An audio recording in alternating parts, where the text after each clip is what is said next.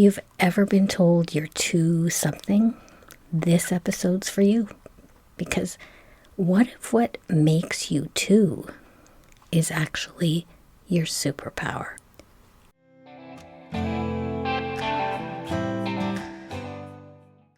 I feel like we're almost part of a society that's obsessed with two. Not TWO two, TOO two. You're either too sensitive or too intense, too much, too emotional, too quiet, too vocal. Pick your two. But once again, I think it's time to call bullshit on the judgment. Other people's, and let's be frank, our own judgment of ourselves as well. If you've ever been told you're too something, this episode's for you. Because what if what makes you two is actually your superpower? Let's stop shrinking ourselves to make other people comfortable. This week we're going to have another little chat about reframing. So let's dig into that.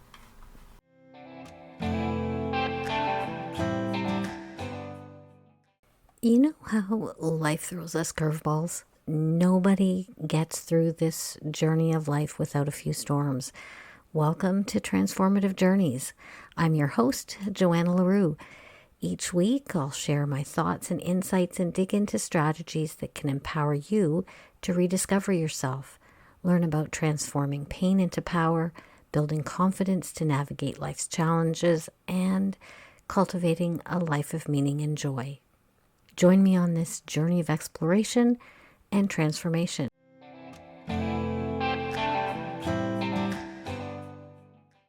Welcome back to Transformative Journeys with Johanna. Still Johanna here, still busting through the bullshit. This week's episode is actually deeply personal and maybe long overdue, because I'm not just going to be talking to everyone out there who's ever been told to tone it down, toughen up, stop taking things personally, be more like someone else, or be less something, or just that they need to fit in. I see you because I'm talking to me too. I'm carrying the same kind of baggage around as you are. And I don't know about you, but I'm ready to start to jettison some of it.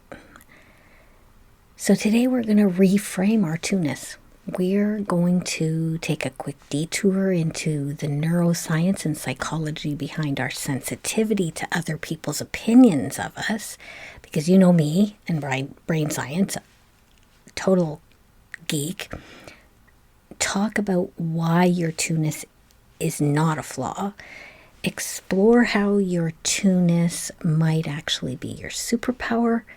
And most important, we're going to talk about how to stop apologizing for who we are and start owning our voice. Let's start with what people usually mean when they say that you are too whatever. It's often code for you're too emotional, quiet, intense, different, direct, real, for my comfort. Or the real you makes me uncomfortable about who I am. Or that your presence makes me confront emotions and vulnerabilities that I'd just rather not. You see, it's not about you. It's about them and about their inability or unwillingness to honestly look at themselves. Boom. We're all wired to be sensitive to or even seek out the opinions of the people around us, especially the people in our inner circle, like our family and close friends, and even the circle of influence just outside of that, which can include our coworkers, acquaintances, neighbors, and even to a degree, our regular, coffee barista that we see almost every morning on our way to work. In prehistoric times, this group would have been our tribe, the people we saw and interacted with on a regular basis, and to some extent or another depended on for our survival. So to understand why we care so much about what other people think of us, even when we kind of know we shouldn't, we need to hop into a time machine and go back. Way, way back, like caveman back. Our need to depend on the cohesion of the group and work together for the common goal of the tribe to have enough to eat and not have someone eaten by a saber-toothed tiger meant that we were expected to behave in a certain way in order to fit in and continue to be accepted and supported by our tribe. We may not depend on some of the people in our circle for survival anymore, but we're still wired to want social acceptance and to fear social rejection. Just because we can, and sometimes do, live a solitary or isolated life does not mean that those basic mechanisms are not still active in our brains. And we can say all we want, that we don't care what someone else thinks of us, or that we don't give a shit about other people's opinions. But neurologically, that's a lie. The only discrepancies are really in how deeply we're affected by what's called the social feedback from us, from specific people or groups. The truth is, I've said it to myself and to others, probably at least once just last week. But the reality is that whether we admit it to ourselves or not, the value we place on that social feedback can affect our self-worth and our emotional and mental well-being. Our need for social acceptance and our fear of social rejection actually begins at a really early age, and it's deeply wired into our brain's reaction system. We all experience a hit of dopamine when we receive positive social feedback or when someone is nice or kind to us. And unless we have a real physiological problem related to how or whether our amygdala works, when we receive negative social feedback, our amygdala lights up and triggers our fight or flight response. Whether it's the anxiety we feel around being chosen last, for a team in our elementary school gym class, being excluded from the invitation list to an event, not getting the job you applied for, or being dumped by, a romantic partner. We all feel hurt when we're rejected. And there was a research project done in 2003 at the University of California and Purdue University that showed that the pain of being excluded or rejected activates many of the same regions of our brain that are involved in physical pain. So when we say our feelings are hurt, we're literally speaking the truth. So now let's talk a bit about the idea of being to anything and it being some sort of character flaw, because I want to be really clear that it's time for us to stop shrinking ourselves to fit other people's model of who we should be and start embracing our two-ness as part of being our beautifully, gloriously imperfect selves. And it's definitely a constant battle, but I'm working really hard at ditching the shame hangover that happens when I step on someone else's proverbial toes around their comfort about who I am. So if you've ever been told you're too loud, too quiet, too ambitious, too confident, too direct, too sexual, too serious, or too anything, I want to drop a huge truth bomb on you today. Your too is not a flaw. It's a reflection of someone else's comfort zone. It's data and it's a signal to you that you're showing up authentically, and it's not a defect. Often, when someone tries to label us as to something, what they really mean is that we're operating outside of their comfort zone. We're not following the script they expect us to live within. We're shining a spotlight on something that they're working hard to suppress in themselves. Just because we're unwilling to be small because it's perceived as a threat to someone else's sense of self or their beliefs or their comfort zone does not mean it's a flaw in us. So let's sort of look a bit at what that can look like. So say someone says you're too ambitious. Often that means you're making someone else feel inadequate about where they are in their own life. Someone telling that or saying that you're too confident can mean you're not deferring or apologizing the way you've been socially conditioned to. When you're labeled as too quiet, that could just mean that your presence demonstrates how someone else is trying to inappropriately dominate the space that you're in. And too sensitive, that means that, you read rooms and are often good at listening and at being a comforting presence to others. There's even too happy. Yeah, even this can rub some people the wrong way because they haven't learned how to live their life with a focus on gratitude and joy. And here's the thing about other people's too, about you. It rarely comes from a place of neutrality. And be extremely aware that they can sometimes be expressed as those backhanded compliments like, oh, that outfit's beautiful, but isn't it a little too sexy for that event? That one screams of jealousy. The accusation can be loaded with that person's feelings of inadequacy and usually says far more about them than it says about you. The truth is that the definition of too, and I looked it up in the dictionary, is more than enough.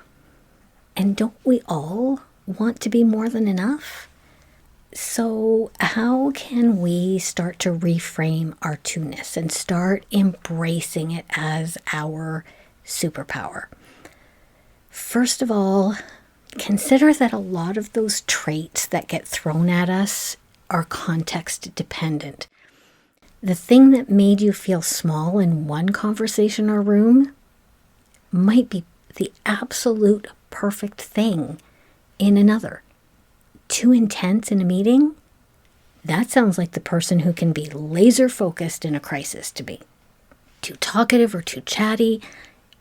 Aren't those people just the perfect social committee leads?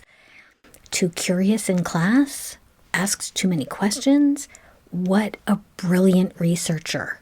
They could be the person who discovers the next greatest innovation or the cure for cancer.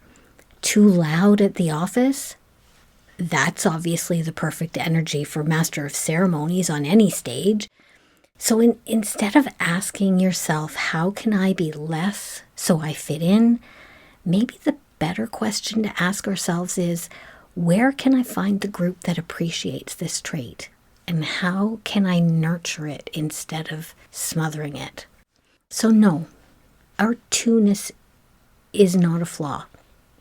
Our intensity isn't a glitch. It's simply how we're wired. And maybe it's just part of us that's been fighting the hardest to find its perfect place to be. I think it's time to start thinking of our two-ness as a clue and maybe a compass, showing us the way towards things that can provide us with satisfaction, fulfillment, joy.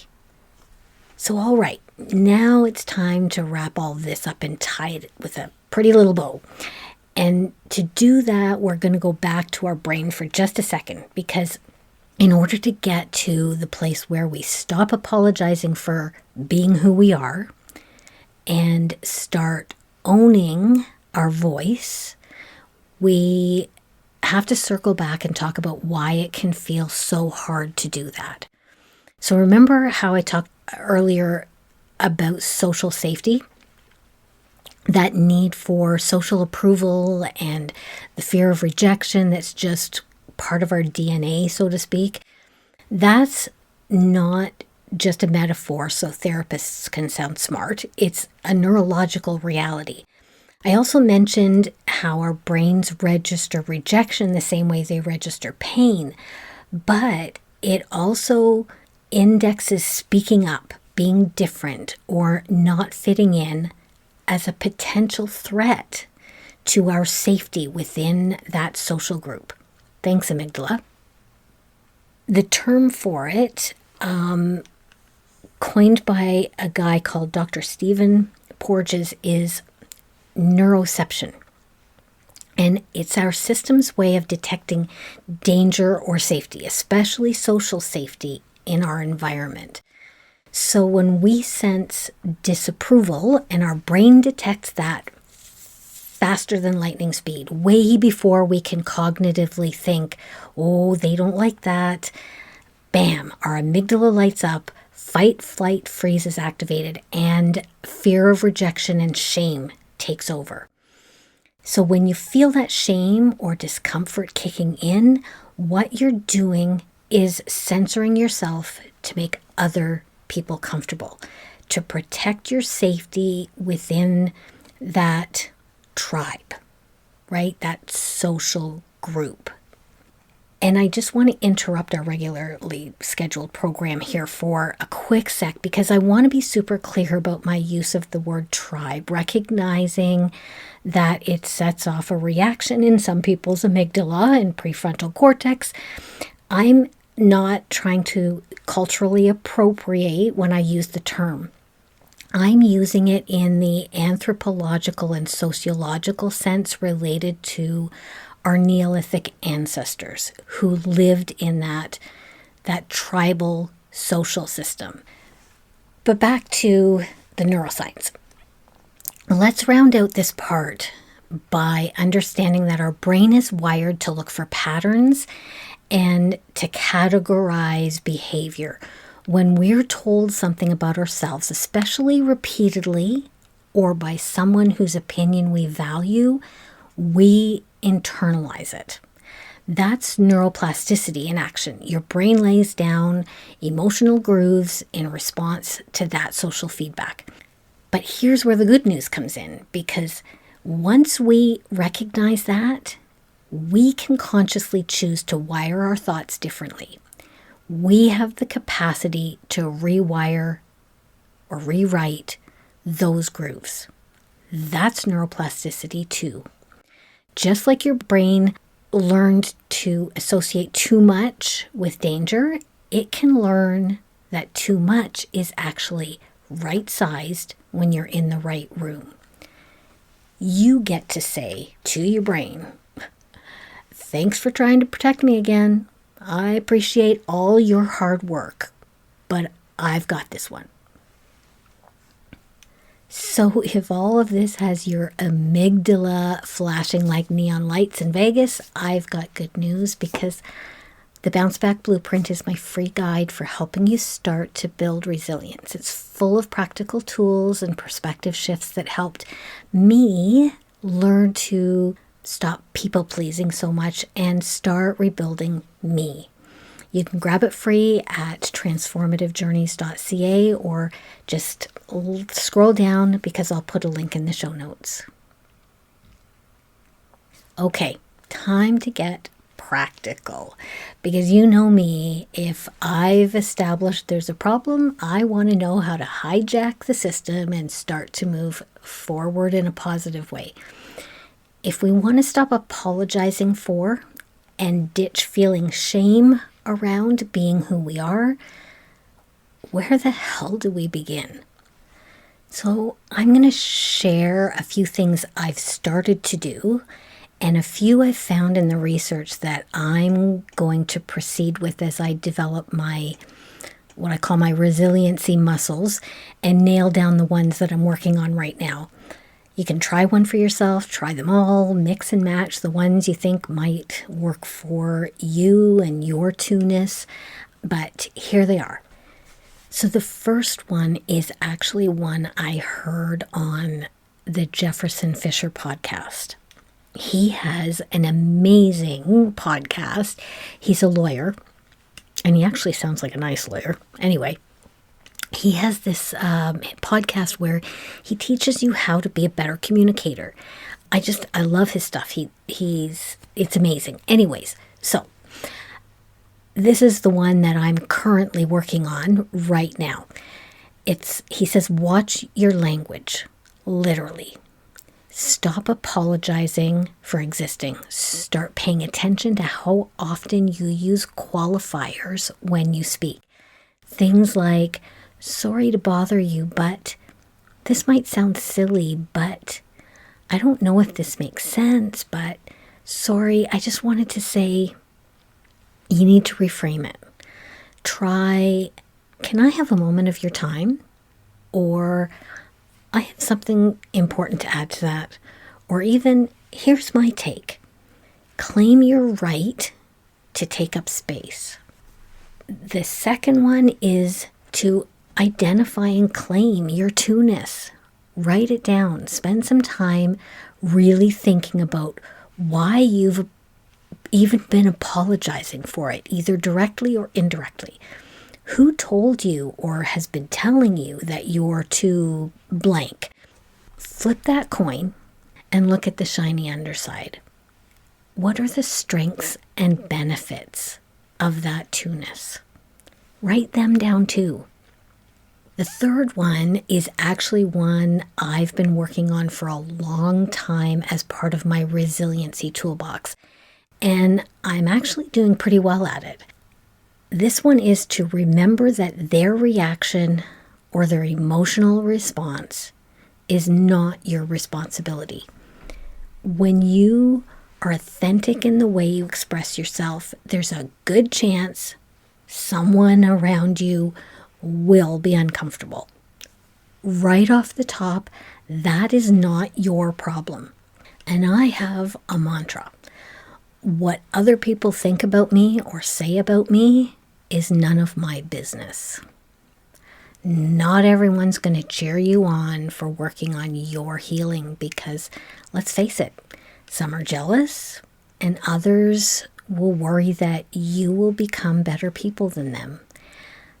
That doesn't mean that you have to sit down and shut up, though. And here's another little truth bomb for you. You're not going to be everyone's piece of cake. Not everyone will be yours. You enjoy your cake and let them enjoy theirs. I've personally gotten a lot choosier about who I allow to bake my cake for me. So the fourth one, and I gave you one of mine just a second ago, find a mantra that empowers you. And this isn't like a cheesy self-help thing. Find something that really speaks to you and expresses how you want to show up in life and show up for yourself. Here's a few more suggestions. I'm allowed to take up space. I am not a problem to be fixed. My voice matters, even if it's shaking. I am not too much. I am exactly enough. I will not shrink myself to soothe discomfort I didn't cause. Because remember, their discomfort is about them. It's not about you. And fifth, because I know it's not easy to find your voice and start stepping into your superpower. I call it finding your safe stage. If it feels too scary to speak up in front of others, right now we're all a work in progress. Start small. Share your thoughts and start writing down the strengths and benefits we talked about in number 2 in a journal. Say your too much mantra out loud when you're alone in your car, when you're standing in front of your bathroom mirror. Talk or text with a trusted friend about your two-ness. Ask them to tell you what they see as your strengths. You might just be surprised to find that the strengths that they identify are what other people have labeled as your two-ness. Practicing your authenticity in a safe space can help with the rewiring piece we talked about with neuroplasticity, and it strengthens your nervous system's tolerance for being seen as who you are. And that's not cheating. That's brain training. Before we wrap up, if you have a notepad or paper handy, I came up with a few journaling prompts to sit with this week because I think this was such an important conversation. As always, make it kind, but ask yourself, what have I been apologizing for, directly or indirectly, about who I am? And what would it look like if I stopped doing that? What is one, two that I've been made to feel ashamed of? And how might it actually be one of my gifts? Start with those. And if you want to dig a little deeper, you can try this one. Who have I been shrinking myself for and why? What's the power hiding in that shrinking? This week, we talked about being labeled as to something and how we can not just unlearn the art of shrinking ourselves to make other people comfortable, but also teach ourselves to reframe that too as a superpower. As we wrap up, I want you to remember, you are not too loud, you're not too much, too sensitive, you're not too intense, too opinionated, too ambitious, too emotional, too honest, too real, too joyful, too anything. You are exactly enough. The world doesn't need more clones of all the people who are afraid of your you-ness or who shrink from their own in order to fit in. It needs more of the fully lit, unapologetically imperfect, messy, wonderful you. Let's stop shrinking ourselves. Let's start claiming the space we fill and our voice. And the next time someone tries to make you think that you're too anything, either by words or by actions, let's look them dead in the eye and say, too bad. I'm not here to squeeze myself into your comfort zone. Thanks for being here with me today. Come say hi to me on Instagram at transformativejourneys.johanna. If this episode made you feel a little more seen or a little less too, I'm really glad. Share it with someone or leave me a review. It really does help others find the show. Your support is what helps me keep creating free tools and honest conversations, because no matter how much you love what you're doing, sometimes it takes a whole lot of metaphorical duct tape to hold it all together. So if you'd like to toss a little love into the duct tape fund, you can now support the podcast at buymeacoffee.com. So I'll put a link in the show notes. And hey, don't forget to hit whatever button or bell it is that lets your podcast platform know that you found this content valuable, and so that you never miss an episode. Until then, this is Johanna reminding you that it doesn't matter if you fall. What matters is how well you bounce. This is Transformative Journeys. See you next time. Just wanted to throw in a disclaimer. This podcast is for entertainment and informational purposes only and should not replace the advice of a medical or mental health expert. I'm not a licensed counselor or a therapist, just a human with a mic and a story of growth and resilience. No degree, no fancy letters after my name. I'm a full-time student at the School of Hard Knocks, University of Life, where I figure I'll graduate when I take my last breath. In other words, I'm just Johanna, a fellow human being on my journey through this thing called life, and your concierge on this transformative journey.